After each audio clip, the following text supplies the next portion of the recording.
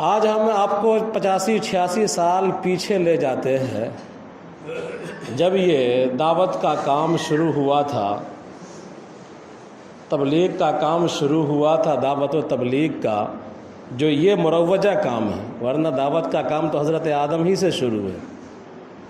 تو یہ مروجہ تبلیغ جو ہے، اس کا کام جب مولانا الیاس رحمۃ اللہ علیہ نے شروع کیا تھا، اور آپ جانتے ہیں کہ حجاز گئے ہوئے تھے، وہاں انہوں نے خواب میں دیکھا تھا، پھر وہاں سے وہ انڈیا آئے، ہندوستان آئے، اور کہا گیا تھا کہ آپ سے کام لیا جائے گا۔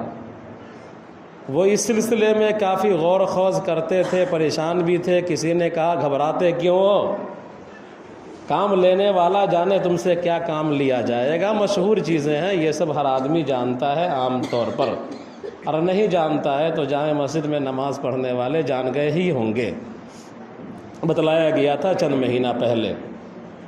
بہرحال تو مولانا الیاس رحمۃ اللہ علیہ نے جو کام کی ترتیب بنائی تھی، اس کے بارے میں بھی ایک جگہ لکھا ہوا ملا ہے کہ یہ بھی مولانا الیاس رحمۃ اللہ علیہ نے ایک خواب دیکھا تھا، اور خواب دیکھا کہ میں 5-7-8 آدمیوں کو لے کر کے نکلا ہوں، ایک مسجد میں قیام کیا ہوں، اور وہاں جا کر کے لوگوں کو مسجد کی طرف لا رہا ہوں۔ اس کے بعد مولانا الیاس رحمۃ اللہ علیہ دہلی تشریف لے گئے۔ دہلی تشریف لے جانے کے بعد چند آدمیوں کو لیا، اپنے مدرسہ آئے، وہاں سے علماء کو لیا، جو قاری تھے قرآن تھے ان کو لیا، اور پھر نکلے اللہ کے راہ میں۔ پہلی مرتبہ جو مولانا الیاس رحمۃ اللہ علیہ کی عمارت میں، وہ امیر بنے تھے، ان کی عمارت میں پہلی مرتبہ اس طریقے کی جو جماعت نکلی تھی، اس میں 8 آدمی تھے۔ پہلی مرتبہ مولانا الیاس رحمۃ اللہ علیہ نے جو طریقہ شروع کیا تھا، اور پہلی جماعت جو لے کر گئے تھے، اس میں 8 آدمی تھے۔ مولانا الیاس رحمۃ اللہ علیہ خود امیر تھے، اور ایک قاری قرآن بھی اس میں موجود تھے۔ اور جب جماعت لے کر کے گئے تھے تو پورے راستے ایمانی، اسلامی، مسجد کے زندگی، مسجد کے آداب وغیرہ بتلاتے ہوئے، سکھاتے ہوئے گئے تھے۔ بہرحال اس جماعت نے کام کیا، پھر اللہ تبارک و تعالیٰ نے اس کام کو چلایا۔ کام پھیلا، میوات میں پھیلا، ہریانہ میں پھیلا، دلی میں پھیلا، قرب و جوار میں پھیلا، کام پھیلتا چلا گیا۔ جب ہندوستان میں اس کام کو مقبولیت ملنے لگی، اس سے پہلے مولانا الیاس رحمۃ اللہ علیہ نے اپنے کام کے تعلق سے کافی غور خوض بھی کیا۔ ان کی سوانح نگاروں نے لکھا ہے کہ احادیث کی تمام کتابوں کو سامنے رکھا، اور یہ پرکھا کہ ہمارا کوئی عمل قرآن و سنت کے خلاف تو نہیں ہے، قرآن و حدیث کے خلاف تو نہیں ہے۔ بہرحال اس کام کی حساسیت اور اس کام کی اہمیت کا اندازہ اس بات سے ہوتا ہے۔ بہرحال کام پھیل گیا۔ مولانا الیاس رحمۃ، اب میں آ رہا ہوں جو بات بتلانا چاہتا ہوں، یہ تمہیدی بات تھی۔ مولانا الیاس رحمۃ اللہ علیہ نے 30 علماء کی جماعت تیار کی، اور پھر ارادہ ہوا کہ حجاز چلا جائے، مکہ مدینہ جہاں دین کا مرکز تھا، وہاں کے لوگوں سے بات کی جائے، وہاں کے علماؤں سے بات کی جائے، اور حجاز کے ذریعے سے اس کام کو پوری دنیا کے اندر پھیلایا جائے۔ اس نیت سے 30 علماء کی جماعت کو لے کر کے مولانا الیاس رحمۃ اللہ علیہ حجاز گئے، مکہ مدینہ گئے۔ مدرسہ سہولتیہ میں، مدرسہ سہولتیہ حج کرنے والے جانتے ہیں، مدرسہ سہولتیہ میں حضرت مولانا الیاس رحمۃ اللہ علیہ نے وہاں کے علماء کو جمع کیا، اور اس وقت جمع کرنا آسان تھا۔ آج نا علماء بڑے بڑے سیٹھ بنے ہوئے ہیں، لیکن اس زمانے میں غربت کا زمانہ تھا، مسجد نبوی میں صحیح سے چٹائی بھی نہیں موجود تھی۔ مسجد نبوی میں 60-70 سال پہلے صحیح سے چٹائی بھی دستیاب نہیں تھی، حاجیوں کا مال لوگ لوٹ لیا کرتے تھے، اس طرح غربت تھی۔ بدو جو ہوتے تھے وہ لوٹ لیا کرتے تھے حاجیوں کے کارواں کو، قافلہ کو لوٹ لیا کرتے تھے، غربت کا یہ عالم تھا۔ بہرحال علماء کو جمع کیا مولانا الیاس رحمۃ اللہ علیہ نے۔ حنبلی علماء بھی تھے، شافعی علماء بھی تھے، حنفی علماء بھی تھے، مالکی علماء بھی تھے۔ اور مولانا الیاس رحمۃ اللہ علیہ نے ان علماء کے مجمع میں ایک سوال کیا، وہ سوال میں بتلانا چاہتا ہوں، جو سوال آج بھی زندہ ہے، اور یہ سوال ہم تمام لوگوں کے لیے۔ تو مولانا الیاس رحمۃ اللہ علیہ نے سوال کیا کہ بتائیے مسلمانوں کی پستی، مسلمانوں کی ذلت، مسلمانوں کی رسوائی، مسلمانوں کی بے بسی، مسلمانوں کی کمزوری کا سبب کیا ہے؟ کن سے پوچھا مولانا الیاس رحمۃ اللہ علیہ نے؟ سعودی عرب کے علماء سے پوچھا کہ مسلمانوں کی ذلت و پستی کی وجہ کیا ہے۔ نیت یہ تھی کہ یہ علماء اگر صحیح وجہ بتائیں گے تو ہم کو بولنے کی ضرورت نہیں پڑے گی، ترکیب ڈھونڈیں گے، علاج ڈھونڈیں گے۔ ان علماؤں میں سے کسی نے کہا کہ مسلمانوں کی پستی کی وجہ علم کی کمی ہے۔ مولانا الیاس رحمۃ اللہ علیہ نے پوچھا کہ کون سے علم کی کمی ہے؟ دینی علم کی کمی ہے یا دنیاوی علم کی کمی ہے؟ تو لوگوں نے کہا کہ دنیاوی علوم تو ہے لیکن دینی علوم مجموعی اعتبار سے کم ہے۔ مولانا الیاس رحمۃ اللہ علیہ نے اگلا سوال کیا کہ بتاؤ صحابہ کرام کی تعداد کتنی تھی؟ لوگوں نے کہا زیادہ سے زیادہ 1.25 لاکھ 1.5 لاکھ۔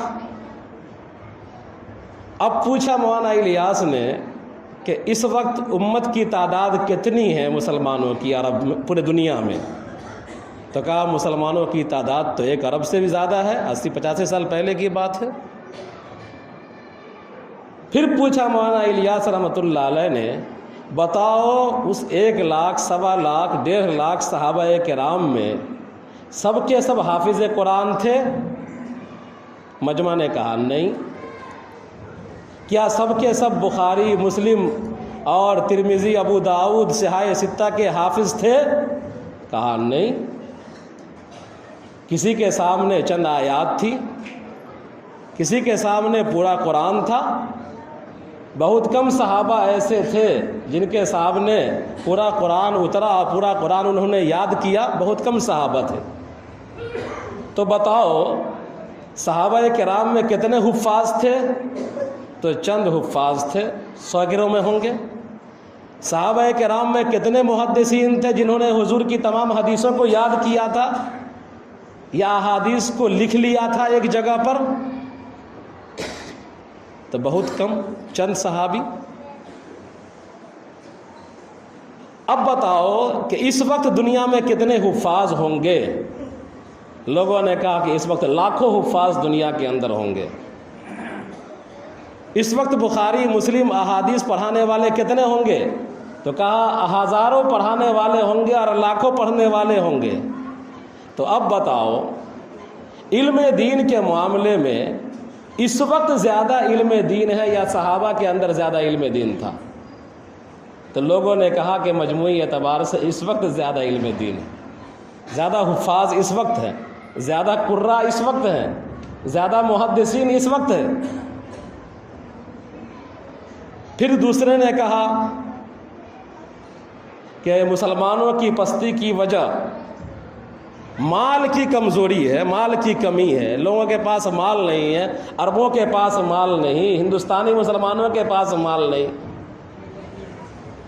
مولانا الیاس رحمۃ اللہ علیہ نے کہا کہ نہیں، صحابہ کرام کتنے تھے؟ 1.25 لاکھ یا 1.5 لاکھ تھے۔ ان کے پورے مال کا مجموعہ اگر نکال دیجئے کہ ان صحابہ کرام کے پاس جو مال تھا،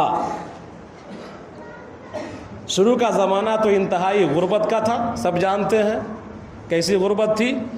کسی کے بدن پر 2 کپڑے میسر نہیں تھے، کسی کو 2 وقت کا کھانا میسر نہیں تھا، اکثر صحابی کا یہ حال تھا۔ لیکن جب فراخی آئی تو حضور کے زمانے تک صحابہ کرام کے جو اموال تھے تمام صحابہ کو ملا دیجئے اور ان کا جو مال ہوگا ان تمام کا اکٹھا مال آج ایک مسلمان کے پاس ہے۔ اگر صحابہ کرام کی مجموعی آمدنی ارب کی تھی، 1 ارب کی، تو مولانا الیاس نے کہا کہ آج سینکڑوں ارب پتی مسلمان موجود ہیں دنیا کے اندر، تو اب بتاؤ مسلمانوں کی پستی مال کی کمی کی وجہ سے ہے؟ تو لوگوں نے کہا کہ نہیں، مال تو بہت ہے، صحابہ کرام کے پاس کم مال تھا، مسلمانوں کے پاس زیادہ مال ہے۔ اور صحیح بات بھی ہے، ان کو 2 وقت کا کھانا میسر نہیں، کپڑا میسر نہیں، اور ہم میں سے ہر گھر کے میں 2 وقت کا کھانا میسر ہے، 3 وقت کا کھانا، حتیٰ کہ بہاری بدنام ہے کھاتے کھاتے۔ یو پی والے کہتے ہیں کہ لوگ کھاتے ہیں 2 وقت، بہاری کھاتے ہیں 5 وقت۔ ہلکا ناشتہ صبح میں کرتے ہیں، چائے گلگلا، اس کے بعد بھاری ناشتہ کرتے ہیں، روٹی چنا چورا وغیرہ، اس کے بعد دوپہر کا کھانا کھاتے ہیں، اس کے بعد شام کا ناشتہ ہلکا بھوجا وجا، اور پھر اس کے بعد رات کا کھانا۔ یو پی والے کہتے ہیں کہ بہاری کھاتے کھاتے پریشان۔ بہرحال تو صحابہ کرام کی مجموعی آمدنی کے مقابلے میں آج کے وقت میں ایک مسلمان اکیلا ایسا ہے کہ جن کی آمدنی کو دیکھا جائے اور 1.5 لاکھ 1.25 لاکھ صحابہ کرام کی مجموعی آمدنی کو دیکھا جائے تو ایک مسلمان اکیلا کی آمدنی بڑھ جائے گی۔ جب یہ سوال ہو گئے اور ان سوال کا صحیح سبب، امت کی پستی کا صحیح سبب لوگ نہیں بتا سکے، تو مولانا الیاس رحمۃ اللہ علیہ نے کہا کہ اس امت کی پستی کا سبب علم کی کمی نہیں ہے، عقل کی کمی نہیں ہے، دولت کی کمی نہیں ہے، بلکہ اس امت کی پستی کا سبب ایمان اور یقین کی کمی ہے۔ صحابہ کرام تمام کے تمام حافظ نہیں تھے، تمام کے تمام محدث نہیں تھے، تمام کے تمام علامہ نہیں تھے۔ کسی کو چند ماہ ملا حضور کے ساتھ زندگی گزارنے کا، کسی کو چند سال ملا حضور کے ساتھ زندگی کا۔ بعض صحابہ نے تو پورا قرآن پڑھا بھی نہیں ہوگا میرے خیال سے، لیکن علم کے اعتبار سے وہ کمزور تھے۔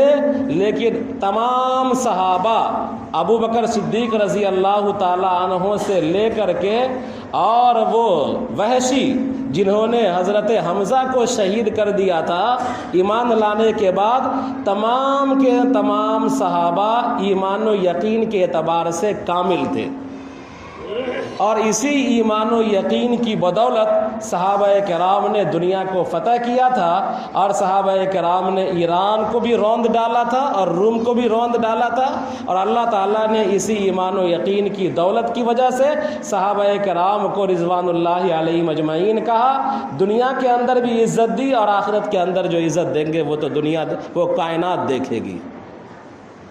تو اصل اس امت کی سب سے بڑی کمزوری آج کے دور میں نہ مال کی کمزوری ہے، نہ علم کی کمزوری ہے، بلکہ سب سے بڑی کمزوری ایمان اور یقین کی کمزوری ہے۔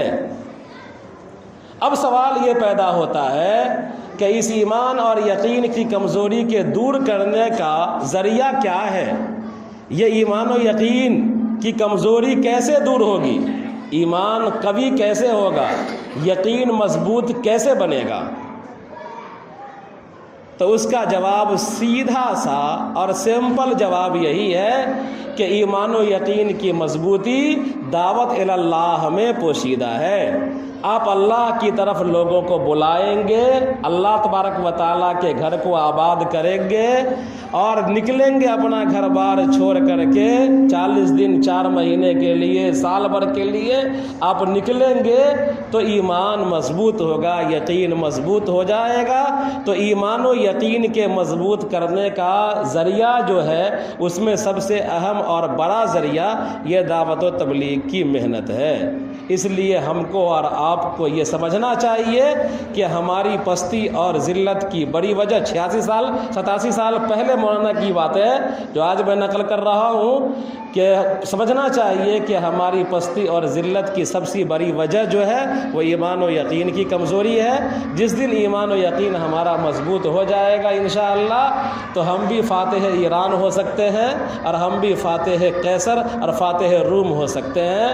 اللہ تبارک و تعالی ہم سب کو ایمان و یقین کی پختگی عطا فرمائے۔ اوپر شور کر رہے ہیں بچے سب، کوئی آدمی کھڑے ہو کر کے اس کو ڈانٹیے، اوپر شور کر رہے ہیں بچے، کوئی آدمی وہاں ہے تو ان کو ڈانٹیے، ان کو سمجھائیے۔ اتوار کے دن ڈاکٹر وسیم فوزان صاحب کی کلینک ہے اندری پوکھر کے سامنے، تو اتوار کے دن میڈیکل کیمپ لگ رہا ہے ان کی طرف سے، کئی ڈاکٹر آئیں گے وہاں، مفت علاج ہوگا اور مفت چیک اپ ہوگا۔ انہوں نے کہا ہے دوا بھی دی جائے گی، لہذا اس موقع پر، اور حجامہ وغیرہ بھی وہ کرتے ہیں، حجامہ وغیرہ کا بھی عمل کیا جائے گا۔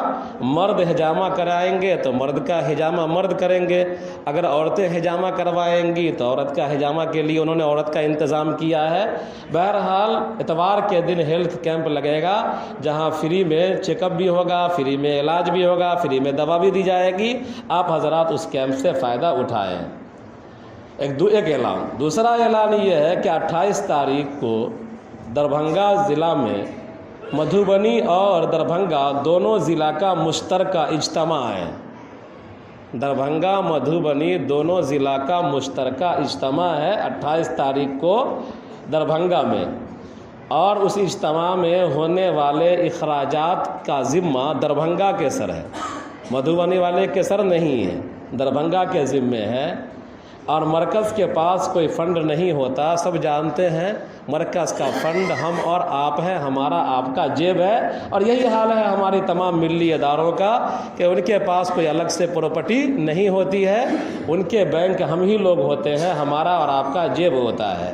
تو اس اخراجات میں اپنے حلقے سے، اپنا حلقہ بیرول ہے تو بیرول حلقے میں کا پاکٹ حلقہ ناری ہے، تو اس حلقے سے ایک اچھی رقم جانی چاہیے وہاں، لہذا جو حضرات اس کار خیر میں حصہ لینا چاہیں اور چاہتے ہیں کہ ہمارا پیسہ اجتماع میں لگ جائے، اللہ کے نیک بندوں میں لگ جائے، نیک کام میں لگ جائے، وہ گلاب بھائی سے مل لیں گے اور نام لکھا دیں گے، اگر ابھی لائے ہوں تو ابھی دے دیں گے، اور نہیں تو لکھا لیں گے، نام اپنا دے دیں گے، 5-7 دن کے اندر یہ پیسے پہنچائے جانے ہیں وہاں۔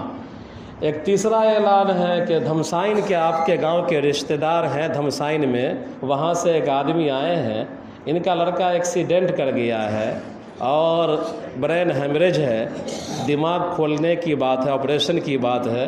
اب ظاہر سی بات ہے کہ ایک غریب آدمی کے لیے دماغ کا آپریشن سب سے مہنگا آپریشن ہوتا ہے اور سرکاری میں ہو نہیں پاتا ہے، تو یہ چندے کے لیے آئے ہیں اپنے بیٹے کے علاج کے لیے، جن سے جو ہو سکے گا آپ حضرات ان کا تعاون کر دیں گے۔ ڈاکٹر ارشد صاحب اور گلاب بھائی لکھ لیجئے، جن کو جو دینا ہے دے دیں گے، اور یا لکھا لیں گے اجتماع کے لیے، اور مؤذن صاحب بھی چندہ کریں گے، اس کے بعد یہ دھمسائن والے یہ بھی اٹھ جائیں گے، ساتھ گھوم لیں گے، جن کو جو توفیق ہو دے دیجئے۔ اللہ تعالیٰ ان کے بچے کو درست کر دے، صحت و عافیت عطا فرمائے۔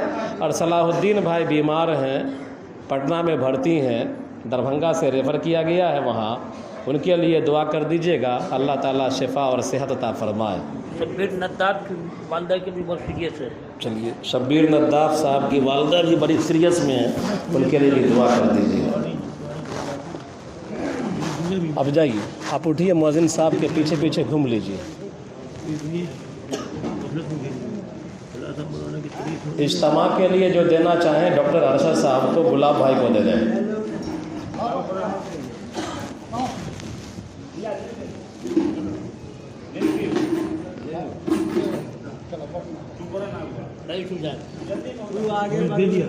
منت اللہ بھائی بھی ہیں، ان کو بھی دے دیں جن کو جو دینا ہے۔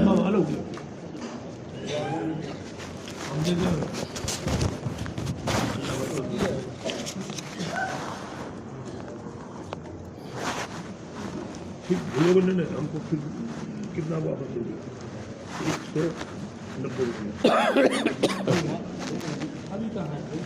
190 چلیے دیتے رہیے۔ مؤذن صاحب کے پیچھے دھمسائن والے ہیں، وہ آپ کے گاؤں کے رشتہ دار ہیں، جن سے جو ہو سکے ان کا بھی تعاون کرتے رہیے۔